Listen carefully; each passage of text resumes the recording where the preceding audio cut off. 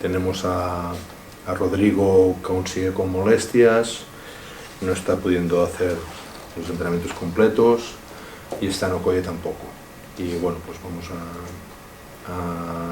estar trabajando, nos quedan 2 días y vamos a aprovecharlos para ver si nos acabamos de meter.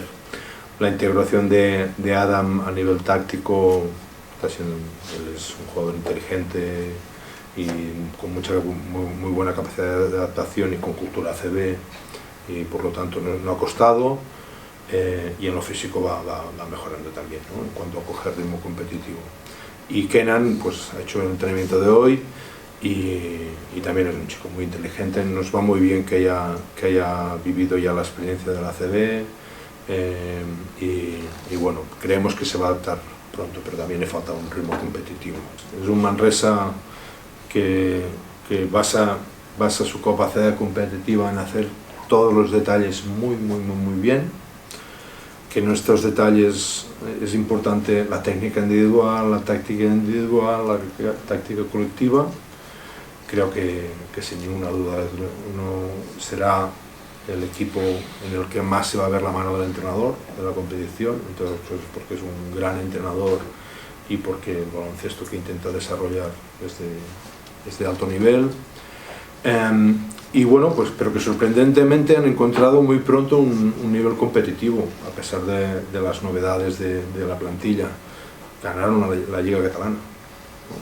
Ganar la Liga Catalana no es nada fácil, ¿eh? Tuvieron que ganar a Andorra y al Barça en la final. Bueno, pues quizá una cosa que han sumado, y yo creo que les ayudó para ganar este título, es que encontraron también talento, ¿no? Han fichado jugadores con talento, y que eso pues les va a dar un plus, a lo mejor haciéndolos mejor que, por ejemplo, el Manresa de la temporada pasada. Pues en ese juego, yo creo que ese juego unos y cincos, ¿no?, que ellos cuando se encuentran esta comunicación de sus bases con sus cincos, pues a ellos esto les hace muy difíciles de defender. Luego también una muy importante es que corren muy bien y corren con mucha mentalidad, que todas las canastas que saquen corriendo, pues bajar el número al máximo posible, y evidentemente el factor de ritmo, ¿no?, que va a estar el rebote.